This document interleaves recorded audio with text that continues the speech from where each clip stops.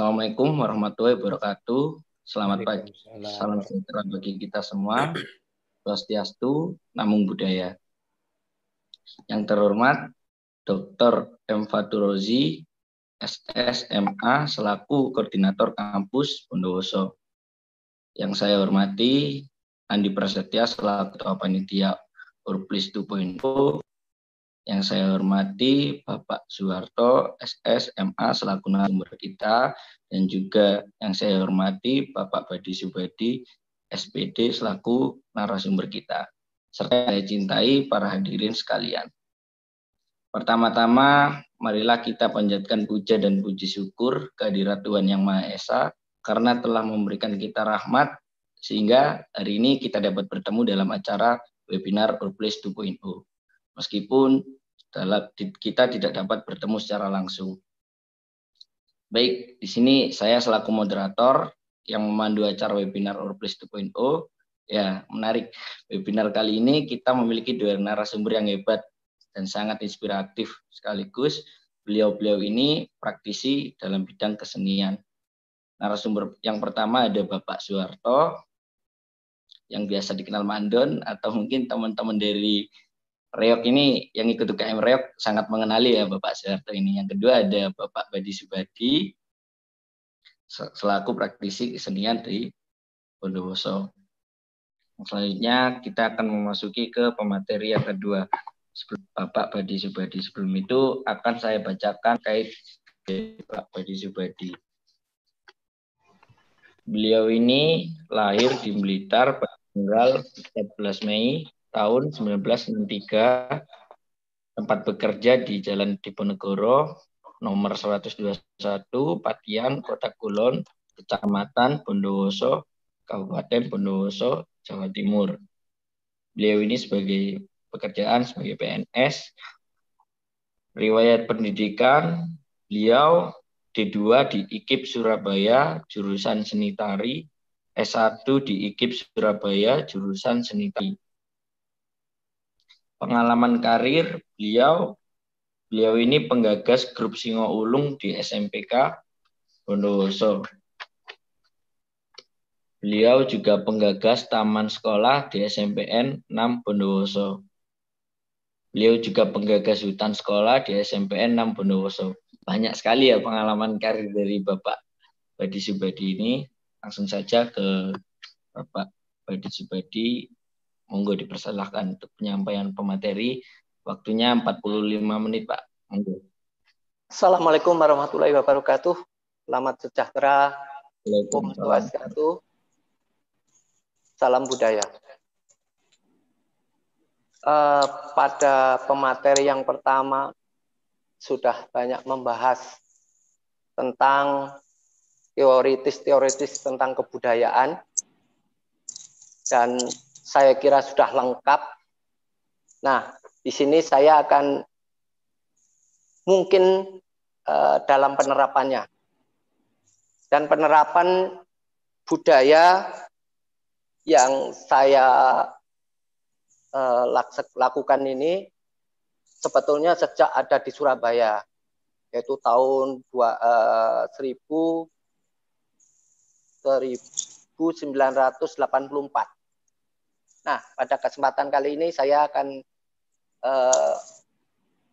membahas tentang pengaruh atau peranan budaya terhadap pembentukan karakter di masyarakat. Nah, mungkin belum banyak tahu tentang pengaruh pembentukan karakter pada masyarakat itu sangat besar sekali. Dan mungkin belum ada yang menerapkan karena satu diantaranya kendalanya banyak. Pembuktiannya antara 3 sampai 10 tahun baru bisa ada pembuktian itu berhasil atau tidak. Dan memerlukan waktu, tenaga, dan sebagainya. Nah, sebelum saya menyampaikan yang lebih lanjut, saya nanti akan mengkerucut kepada pelaksanaan. Tapi mungkin sekedar informasi bahwa saya ini adalah pimpinan Sanggar Pensi di Bondowoso yang beralamatkan di Jalan Diponegoro RT 35 RW 4, persisnya di belakang Unibo. Nah, kebetulan sekali bahwa di wilayah Sanggar Pensi ini di RT 35 RW 4 ini ada namanya rumah singgah. Jadi di sana ada rumah singgah. Ada rumah singgah. Sehingga dalam pelaksanaannya memudahkan untuk penerapan. Nah, Sanggar Pensi ini kegiatannya bermacam-macam, jadi banyak sekali, yaitu meliputi ada tari, musik tradisi, kemudian ada ekonomi kreatif, ada membuat kostum tari, JFC, properti, dan lain-lain. Itu diantaranya. Nah, pada awal berdiri Sanggar Pensi, ini sebetulnya bukan semata-mata untuk mendidik anak supaya pintar menari, bukan. Tapi adalah membentuk generasi muda supaya bisa mandiri. Bisa mandiri. Supaya mereka-mereka yang kurang beruntung itu bisa menentukan masa depannya sendiri. Itu diantaranya. Nah, berikutnya, tujuan mendirikan Sanggar Pensi itu banyak sekali sebetulnya. Ini tertuang dalam akta notaris pada tahun 2016. Sudah tercatat akta notaris. Nah, yang pertama adalah sebagai upaya untuk pelestarian kesenian tradisional di masyarakat. Ini pada umumnya di Kabupaten Bondowoso. Khususnya di Sanggar Pensi ini adalah untuk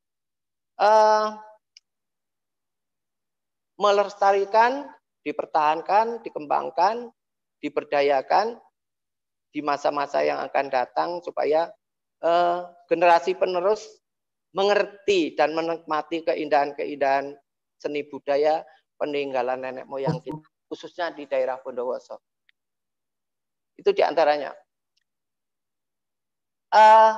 Tujuan yang pertama di sini, Sanggar Pensi mengadakan beberapa kreasi-kreasi, mulai dari tari klasik, ada tari kreasi baru, ada tari modern, dan ada koreografi. Koreografi itu pembentukan tarian baru berdasarkan tarian klasik. Tujuan yang kedua adalah sebagai wadah untuk menyalurkan keterampilan, hobi, bakat, minat, dan seterusnya. Jadi yang masuk di Sanggar Pensi ini tidak harus sudah atau masih berpendidikan, tetapi siapa saja yang berminat, mempunyai hobi, mempunyai kepedulian terhadap kesenian, bisa memasuki dan tidak harus bayar. Jadi menurut data selama ini dari 100% itu kira-kira yang ada sumbangan dana itu sekitar 50-an%. Jadi yang banyak yang gratis. Pokoknya yang penting siapa yang mau boleh masuk di Sanggar. Jadi tidak terkendala oleh biaya. Nah, berikutnya adalah sebagai sarana prasarana untuk memasyarakatkan seni tradisi.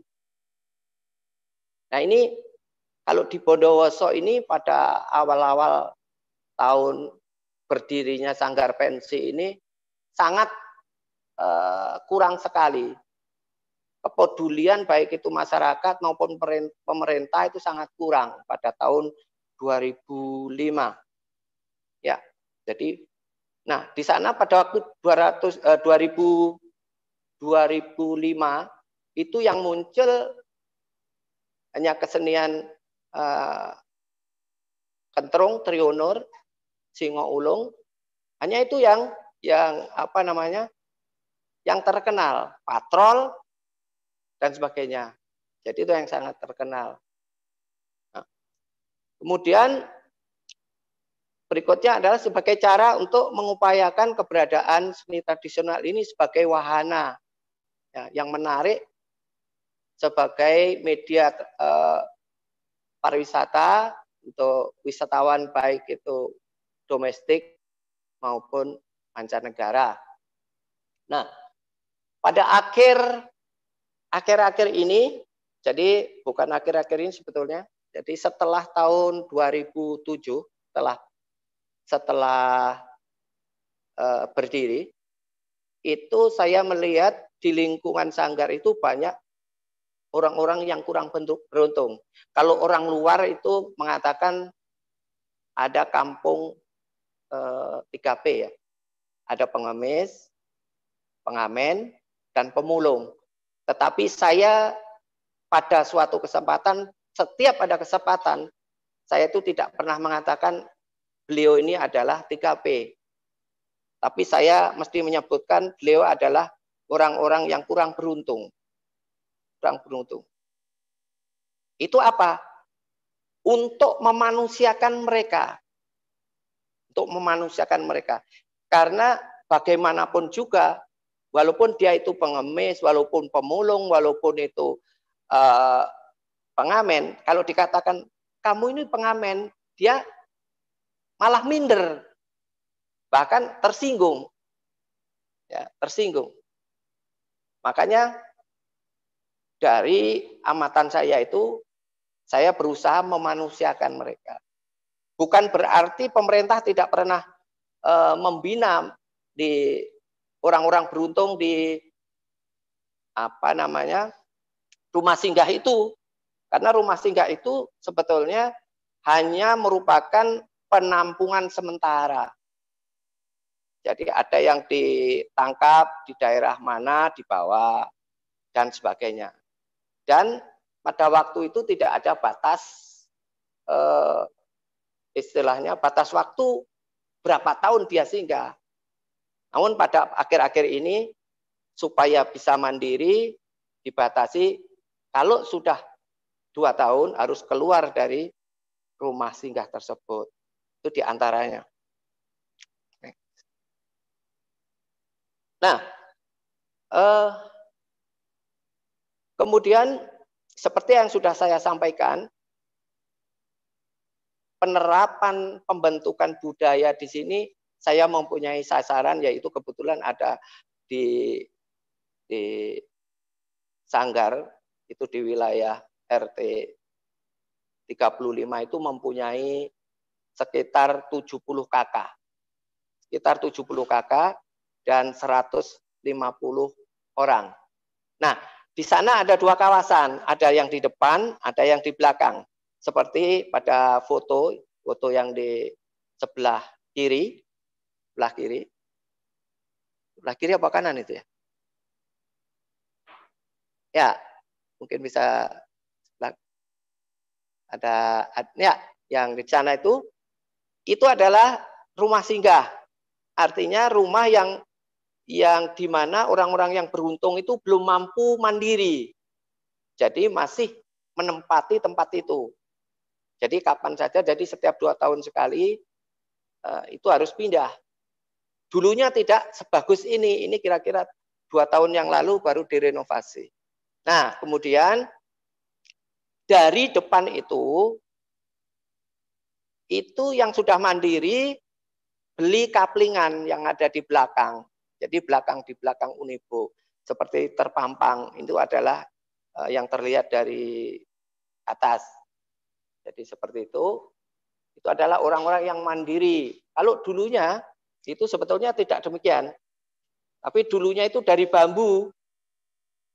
Karena pada waktu Sanggar Pensi berdiri itu belum ada orang yang mau di belakang. Karena di belakang itu dianggap tabu.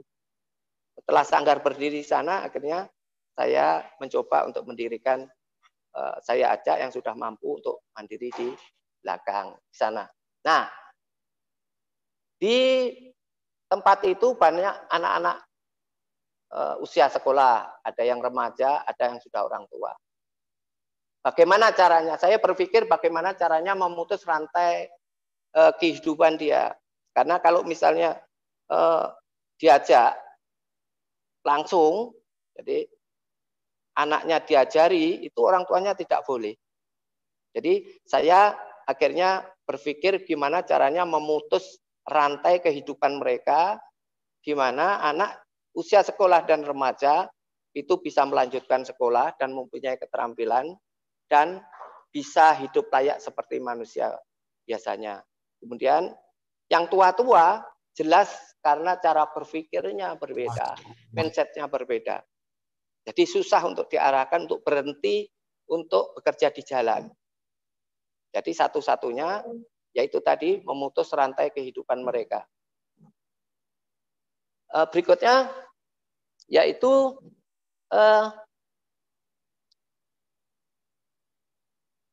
kebudayaan yang dimiliki di Bondowoso pada umumnya. Bondowoso itu memiliki banyak sekali kebudayaan. Hanya saya sampaikan secara sekilas saja. Ya. Yang pertama adalah budaya tradisi. Budaya tradisi itu bermacam-macam, diantaranya bersih desa. Bersih desa itu hampir setiap tahun, setiap desa itu melakukan acara selamatan desa. Ya. Di dalam acara selamatan desa itu kadang-kadang ada acara-acara ritual-ritual yang setiap desa itu berbeda-beda. Ya. Caranya lagi adalah ada upacara meminta hujan. Di Bondowoso itu ada upacara meminta hujan. Di sana asarannya adalah tari ojung. Nah, tari ojung. Itu diantaranya. Kemudian ada lagi sarana-sarana upacara yang lain, misalnya pada waktu panen padi. Ya. Ada misalnya pada waktu panen kopi dan sebagainya. Itu di sana ada mempunyai tradisi yang berbeda-beda. Dan yang kedua ada kesenian. Di Bondowoso itu mempunyai kesenian banyak sekali sebetulnya, dan seandainya diteliti tidak akan habis-habis. Hanya sampai sekarang belum tersentuh secara proporsional. Baik itu orang-orang yang peduli maupun kreator-kreator yang peduli. Jadi saya sebetulnya mengharapkan kesenian Bondowoso ini banyak dikembangkan. Di antaranya adalah sanggar pensi karena banyak membidangi di tari, hampir semua kecamatan di Bondowoso itu sudah dibuatkan tariannya dan mandiri tanpa campur tangan dari pemerintah sampai sekarang. Jadi kalau mencipta tari, misalnya tari petik kopi dari Sempol, itu saya ciptakan pada tahun 2005. Jadi dan pada waktu setiap penciptaan itu saya pasti melakukan penelitian, observasi dan sebagainya sehingga otentik. Kemudian ada lagi misalnya Agiles Tahu dari Kecamatan Tamanan. Kemudian tari tape di Kecamatan Bondowoso. Krapai itu ada di Kecamatan Binakal dan sekitarnya. Kemudian rampak kendang, masyarakat Bondowoso pada umumnya. Tari batik di Maisan. Kemudian tari pesta giling, daerah Sumber Jambe dan sebagainya. Hampir setiap kecamatan. Yang belum kira-kira sekitar 5 kecamatan belum sempat saya ciptakan karena ini terkendala oleh corona. Nah, itu diantaranya. Nah, selain tari-tarian yang saya sebutkan tadi, ada Singo Ulung, ada Pojian, ada Kentrung, ada Patrol, Mocopat, kemudian Wayang Katok, dan lain-lain. Nah, ini sebetulnya materi-materi kesenian itu bisa dipakai untuk bahan-bahan observasi, tesis, dan sebagainya. Itu diantaranya. Bahkan pada tahun 1984-85 sampai tahun, kalau tidak salah tahun 90, itu saya pernah bekerja sama dengan UNED. Ya, pada tahun itu di acara desa. Di sana itu biasanya menampilkan patrol dan pemain-pemainnya dari dari UNED, mahasiswa UNED.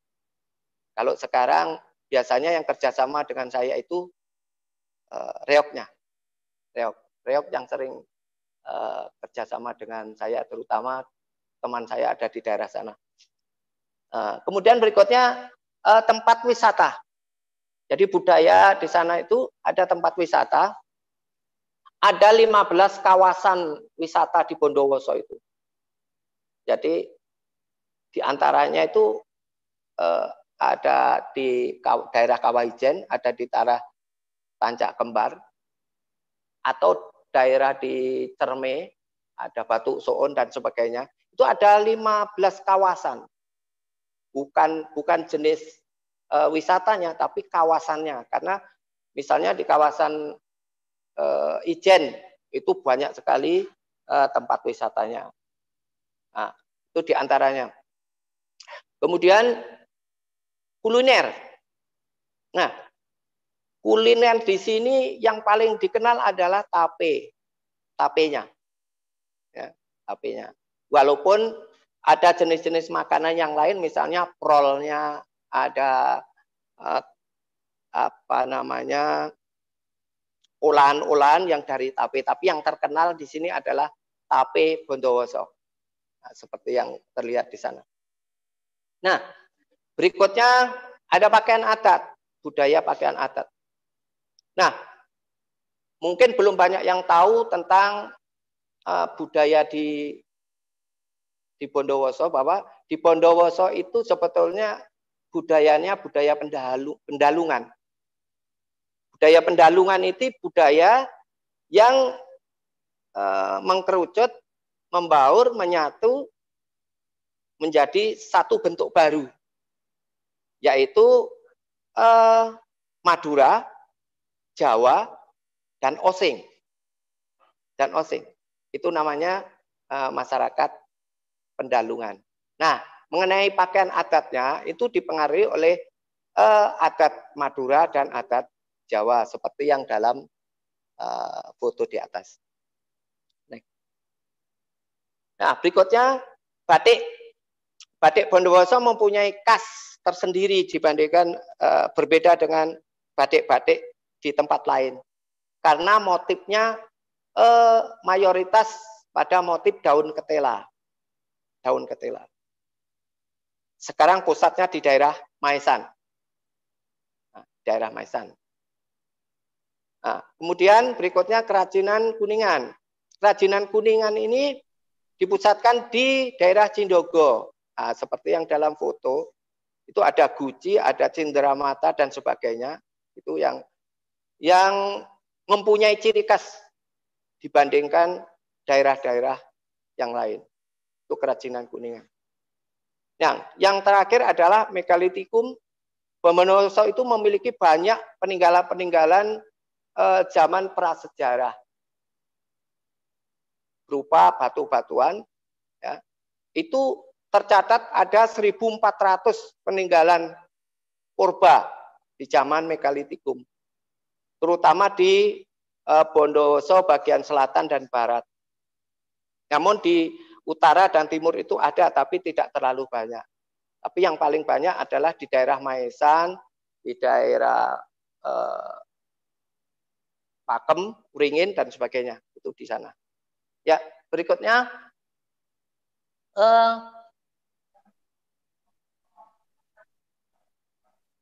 Nah, berangkat dari sana, ya, saya mencoba dari latar belakang budayanya, dari latar belakang pendidikan dan sebagainya. Saya ingin mencoba mengubah cara berpikir orang-orang yang kurang beruntung tadi. Karena apa? Bukan berarti pemerintah itu tidak peduli kepada mereka, bukan.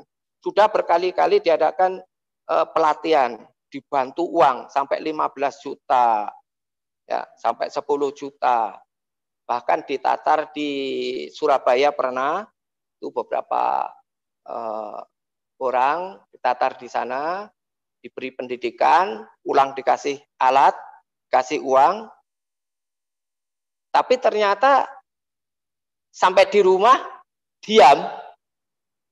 Jadi di rumah itu menghabiskan uang yang bantuan itu, tidak bekerja, alatnya lama-kelamaan dijual, dan sebagainya. Mengapa demikian? Di sininya image-nya itu pokoknya sekarang misalnya habis, besok cari lagi. Tidak memikir masa depan anaknya nanti seperti apa. Nanti kalau misalnya saya sakit bagaimana dan sebagainya. Bahkan KTP saja dulu banyak yang tidak punya. Jadi repot gitu. Repot. Jadi seperti itu. Nah, saya mencoba awal-awal belum awal pada waktu saya mencoba mengadakan pendekatan itu banyak ditentang.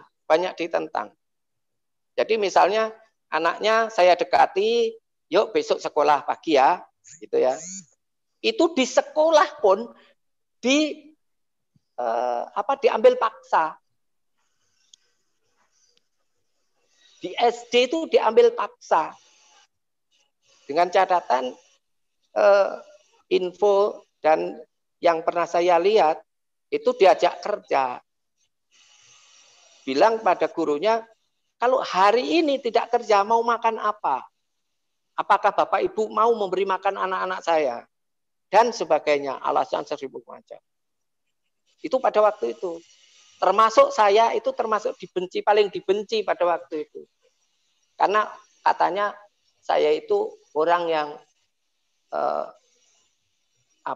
suka mencampuri urusan orang. Suka mencampuri urusan orang. Nah, itu sampai berjalan 2 tahun. Hanya itu saja, itu sampai berjalan 2 tahun. Sampai tahun 2007. Nah, akhirnya apa? Saya mencoba dari sanggar itu tadi, anak-anak pulang sekolah, saya ajak ke rumah, saya rayu, saya kasih makan, saya kasih permen, kasih kopi, baik itu yang sekolah maupun yang drop out, itu saya ajak ke rumah. Saya ajak ke sanggar, saya tanya, kamu senengannya apa? Sudah, alat yang di sanggar itu kamu coba semua dah. Apa yang kamu mau? Oh saya ini, dan sebagainya. Akhirnya lama-kelamaan anak-anak ternyata tertarik dengan alat musik. Baik itu yang modern, band maupun gitar. Kebetulan walaupun jelek-jelek di sanggar pada waktu itu sudah punya. Jadi alat gitar ada, kemudian kendang-kendang ada, gamelan dari besi ada. Jadi anak-anak bisa mencoba dan sebagainya. Nah, sedikit demi sedikit anak-anak saya beri masukan. Kamu nanti kalau tidak sekolah, kamu nanti masa depanmu akan seperti ini. Saya beri contoh, si A, B, C itu kayak tidak sekolah. Ya. Ini akibatnya kalau minum. Karena di sana pada waktu itu apa saja ada. Bukan hanya anak yang drop out saja, tapi peminum. Kemudian pokoknya segala sesuatu yang biasa dilakukan orang pemabuk itu dilakukan di situ. Dan susah. Mendekati aja susah. Tapi saya berbaur pada waktu dia minum, saya berbaur. Tetapi saya tidak ikut minum. Tapi saya beri contoh. Kalau misalnya ada satu yang misalnya sampai pingsan, nih akibatnya. Saya beri contoh langsung. Saya beri contoh. Akhirnya demi sedikit mengerti. Ya, itu diantaranya. Nah, dan yang pertama saya lakukan adalah melalui pendidikan. Ya, dengan melalui pendidikan. Mengapa demikian melalui pendidikan? Dengan anak-anak melanjutkan pendidikan, paling tidak sampai SMA, dia satu misalnya di SD otomatis mempunyai teman di luar rumah singgah itu, sehingga bisa berbaur dengan anak-anak dari RT yang lain. Nah, diantaranya dari RT lain. Secara otomatis kalau misalnya dia jalan, meminta-minta di jalan, ketemu temannya, otomatis dia punya rasa minder kalau di sekolah. Itu ternyata seperti itu. Nah, tapi sampai di SD itu kendalanya kan masih banyak. Masih kerja, tetapi lama tahun, kira-kira 3 tahun, tetap kerja, tetapi sekolah berjalan. Jadi saya sarankan sekolah dulu, kamu kerja. Nanti setelah kerja ke sanggar. Jadi tidak ada waktu lagi untuk berpikir main-main, untuk melakukan hal-hal yang negatif. Nah, kemudian saya berusaha untuk bekerja sama dengan sekolah-sekolah SMP di sekitar yang dekat dengan SD. Jadi saya titipkan kerjasama, ada dibantu akhirnya melanjutkan SMP sampai lulus. Nah, pada waktu di SMP juga demikian. Makin cara berpikirnya makin berbeda. Jadi kalau dulu hanya setingkat RT, sekarang paling tidak itu satu kelurahan, bahkan satu kecamatan. Kenal. Satu kecamatan kenal. Jadi kalau dia kerja di luar, meminta-minta atau mengamen, itu ketemu temannya jadi malu. Nah, kemudian tidak sampai di SMP. Saya usahakan untuk bisa melanjutkan di tingkat SRTA. Saya juga demikian, bekerja sama dengan sekolah-sekolah yang bisa membantu anak-anak yang kurang beruntung. Bebas, tanpa biaya. Yang penting kamu sekolah. Yang penting itu sekolah. Jadi seperti itu. Nah, sampai sekarang yang rata-rata lulus SLTA itu kehidupannya bagus, bahkan bisa membangun rumah sendiri, punya sepeda motor sendiri, bisa mempengaruhi orang tuanya supaya berhenti tidak di jalan. Itu yang saya harapkan. Dan sudah banyak. Yang orang tuanya yang sudah dipengaruhi dan tidak hidup di jalan sudah banyak. Walaupun sekarang masih ada, tapi sudah tua-tua. Nanti lama-kelamaan kan sudah dipanggil yang Maha Kuasa. Jadi seperti itu. Itu caranya untuk memutus rantai kehidupan dia. Kalau langsung, kamu harus begini, tidak akan bisa. Jadi caranya seperti itu, melalui pendidikan. Kemudian melalui kesenian yang kedua, melalui kesenian. Nah, dalam kesenian itu terutama tari dan musik. Seperti yang sudah kita ketahui semua bahwa seni itu halus. Jadi saya memberikan segala sesuatu untuk menghaluskan yang dulunya berpikir kasar, kemudian peminum, ya, ngepil, narkoba dan sebagainya. Itu saya beri sentuhan-sentuhan melalui seni. Karena apa? Di sanggar saya itu yang saya kedepankan bukan hasil akhir, tetapi yang saya kedepankan adalah proses. Saya ambil contoh misalnya di sanggar. Latihan jam 3, jadi sebelum jam 3 kamu harus datang. Karena apa? Nanti jam 3 sampai jam 5 itu sudah selesai. Di atas jam 5 ada kegiatan lain. Jadi terus seperti itu. Lama-kelamaan anak-anak akan terbiasa. Karakter disiplinnya tertanam di situ. Bukan berhenti di sanggar, tetapi dibawa ke kehidupan di rumah. Misalnya waktunya kan banyak yang tidak sembahyang misalnya. Jadi waktunya maghrib ya mesti di rumah dia. Di rumah. Nah, seperti itu. Jadi melalui kesenian itu sedikit demi sedikit dengan memasukkan rasa keindahan kepada sanubari mereka, beliau-beliau itu bisa mengubah sikap, perilaku, cara berbicara. Kalau dulu sikapnya sudah kasar, ngomongnya kasar, tindakannya kasar. Mengapa? Karena terbiasa hidup di jalan. Sekarang sudah tidak. Sekarang sudah alhamdulillah sudah banyak yang sudah berubah. Dan bahkan merangkul teman-temannya yang sekarang kurang beruntung, itu ikut membantu saya mempengaruhi dan memberikan keterampilan-keterampilan yang diberikan. Itu diantaranya. Kemudian yang ketiga melalui keterampilan. Nah, kalau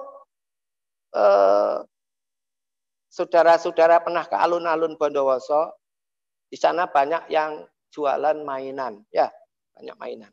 Itu salah satu adalah output dari pelatihan-pelatihan di Sanggar Pensi yang dulunya orang kerja seperti itu tidak mau. Diberi rombong, diberi alat, diberi bahan, diberi modal untuk berjualan, dia tidak mau. Enak kerja di jalan, sehari dapat 100, 150, habis besok beli lagi, kerja lagi.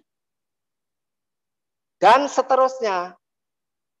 Saya beri contoh misalnya, salah satu anak saya panggil, kamu bekerja seperti ini, orang tuamu sudah berapa tahun?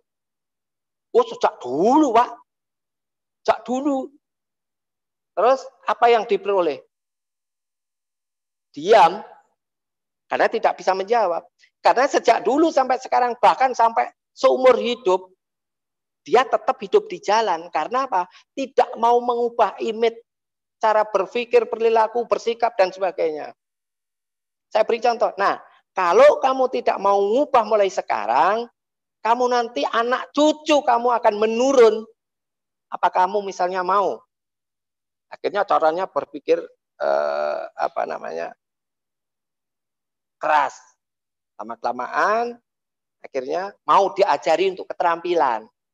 Saya ajari di sana ada keterampilan karena di Sanggar awalnya saya ajari untuk membuat aksesoris mahkota untuk pentas tari, mahkota untuk wayang, mahkota untuk JFC, untuk aksesoris yang lain, properti yang lain, terutama seperti itu. Sudah mahir, akhirnya dari situ walaupun dia latihan, hasilnya itu saya hargai, saya manusiakan. Jadi saya hargai, bukan berarti saya kasih keterampilan, kemudian di Sanggar tidak dapat uang, bukan. Karena di situ ada leadernya. Jadi leader yang membuat desainnya, lainnya motong-motong, nempel, dan sebagainya, membuat manik-manik, dan sebagainya. Itu dapat uang, dan dapatnya lebih dari yang dia dapat apabila kerja di luar. Itu diantaranya. Ada juga mebler. Di situ ada ngecat, ada melitur, ya, ada pertukangan, dan sebagainya. Kemudian ada ada perbengkelan, dan alhamdulillah pada tahun 2020 ini ada bantuan keterampilan maupun pelatihan. Saya terima kasih sekali pada DPRD Kabupaten Bondowoso yang telah memberikan keterampilan dan bantuan alat, bisa membantu pada anak-anak yang kurang beruntung, yaitu tempat berjualan dan alat-alat untuk perbengkelan, itu diantaranya. Dan banyak sekali. Dan anak-anak yang sudah terampil, itu ada yang di luar, ada yang jadi tukang potong rambut, ada yang sudah jualan, ada yang kerja di Bayangkara, alhamdulillah, ada yang di luar negeri, di pabrik, ya, ada di Malaysia yang sudah bisa membuat rumah dan sebagainya, ada yang di supermarket, rata-rata yang lulus SMA itu hidupnya sudah alhamdulillah sudah enak. sudah di atas rata-rata, sudah bisa menghidupi dirinya sendiri. Nah, kemudian reward itu yang paling penting. Mungkin orang-orang yang di luar tidak pernah membayangkan reward yang sangat mempengaruhi cara berpikir mereka-mereka itu. Orang luar mendekati dia, itu kebanyakan merasa jijik, tabu, orang rendahan, sampah, dan sebagainya. Orang-orang yang di luar itu kebanyakan di situ, seperti itu. Padahal dia tidak demikian. Ingin dia itu dianggap manusialah. Akhirnya saya memberikan reward.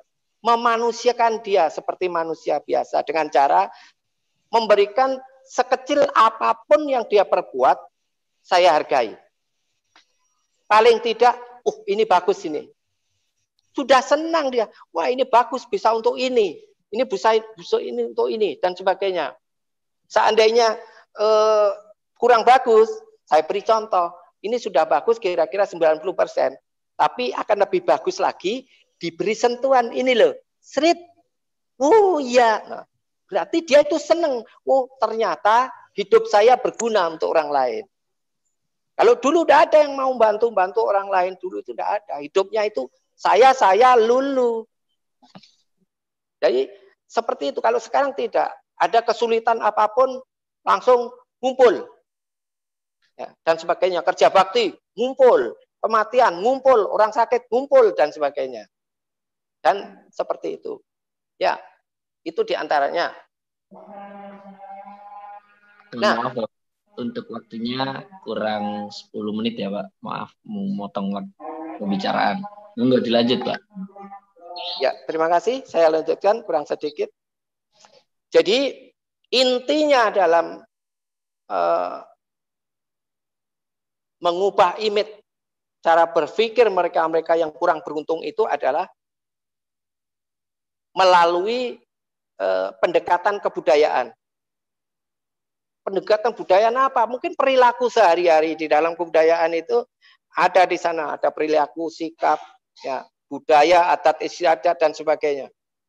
Nah, jadi dengan melalui pendekatan kebudayaan, mudah-mudahan sistemnya Sanggar Pensi yang saya kelola ini bisa dianut oleh orang-orang yang peduli dengan orang kurang beruntung di luar sana, bisa mengadakan pendekatan melalui kebudayaan.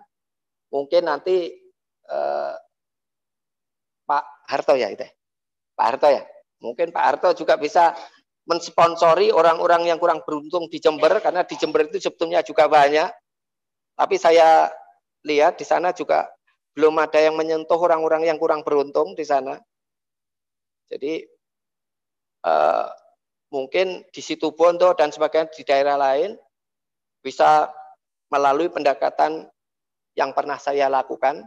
Seperti yang pada contoh di atas itu adalah contoh latihan untuk konser, ya, konser. Karena yang dari sekitar 40 tarian yang saya kerjakan untuk khusus Bondowoso itu, yang mengerjakan ya orangnya itu aja, karena sekitar 15 orang remaja, baik yang masih sekolah maupun drop out, tidak sekolah, bahkan ada yang keluarga yang masih muda mau sampai sekarang. Jadi seperti yang di atas, seperti yang dipakai alat-alatnya itu adalah buatan sendiri. Nah, yang di samping itu adalah membuat ekonomi kreatif. Jadi ekonomi kreatif itu membuat apa saja, ya, yang layak jual, yang memerlukan kreativitas. Ya, mudah-mudahan nanti juga ada mungkin orang-orang yang ahli seni kreatif bisa membantu untuk mengembangkan di tempat saya. Jadi tidak ada satu sisi, karena selama ini Sanggar Pensi itu hanya sebagai objek dari teman-teman, baik itu dari ISI, dari Universitas Malang, dari Universitas Brawijaya, UNESA, Erlangga, UNED yang paling banyak, Itu setiap tahun ada kira-kira kurang lebih 4 atau 6 orang, baik itu skripsi, penelitian, dan sebagainya.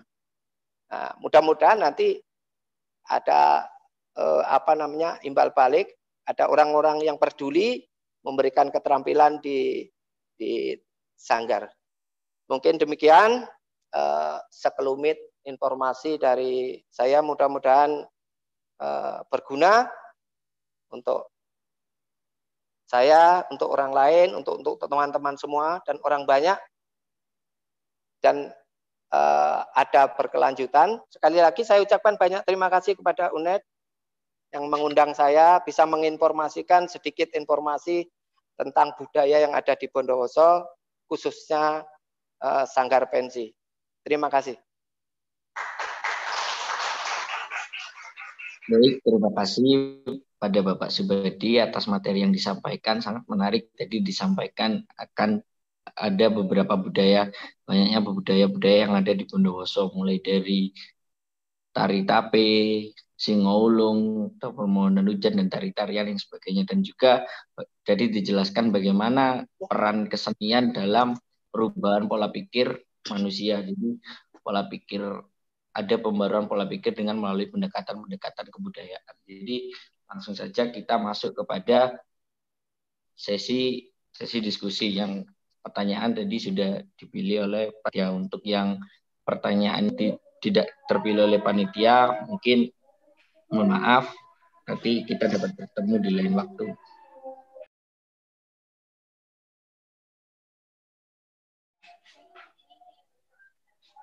Suka duka ketika mendirikan Sanggar Pensi dan kendala apa saja yang biasanya dihadapi oleh Pak Badi, dan apa hal yang paling terkesan dalam membangun karakter melalui budaya. Ya, ada bangun sanggar itu ada sebuah lagu Jatuh Bangun. Ya, jadi seperti itu sebetulnya. Dan satu-satunya sanggar di Bondowoso yang sekarang masih eksis, padahal di Bondowoso itu sebetulnya banyak sekali. Banyak sekali. Dan banyak sanggar yang sudah dapat bantuan dari pemerintah, tapi ternyata tidak eksis. Tidak eksis. Sanggar Pensi tidak pernah dibantu sepeser pun oleh pemerintah mengenai kegiatan pendirian sanggar. Baik itu gamelan, alat, dan sebagainya, sampai sekarang. Jadi yang dibantu adalah ya, seperti yang saya sampaikan tadi, hanya 2 baru tahun ini, terima kasih kepada DPRD, membantu keterampilan dan alat-alat untuk ekonomi kreatif yang tadi saya sampaikan. Tapi mengenai berdirinya sanggar sampai sekarang, baik itu alat, inventaris, apa saja, itu belum pernah. Baru diajukan untuk yang akan datang itu sebuah gamelan, tapi sampai sekarang belum turun. Nah, suka dukanya apa? Karena pada waktu mendirikan di sanggar saya itu belum ada rumah. Seperti mungkin bisa di Mas. Yang tadi gambar apa rumah ya, gitu ya. Yang ada rumahnya, ada rumah singgah sama. Nah, itu ya rumah yang terlihat di sana itu dulu belum ada. Itu belum ada. Itu masih berupa tanah, bahkan di sana itu tanah keramat. Di sana itu tidak ada yang berani. Di sana mengapa dikatakan tanah keramat? Di sana itu ada sebuah batu yang dikeramatkan oleh masyarakat di sekitar. Ada orang sakit dibawa ke sana, bawa apa dan sebagainya. Ya. Kemudian yang kedua, sanggar saya itu yang sekarang jadi kampung baru itu dikelilingi oleh pemakaman. Jadi orang tabu mau masuk. Sampai sekarang saja orang-orang yang belum pernah ke sana kalau malam hari takut. Ya. Karena pada waktu tahun 2005, bahkan sebelumnya, di sana itu tempatnya pemabuk, peminum, pencuri, perampok, pembunuh, karena di sana. Walaupun bukan orang sana. Maka dari itu,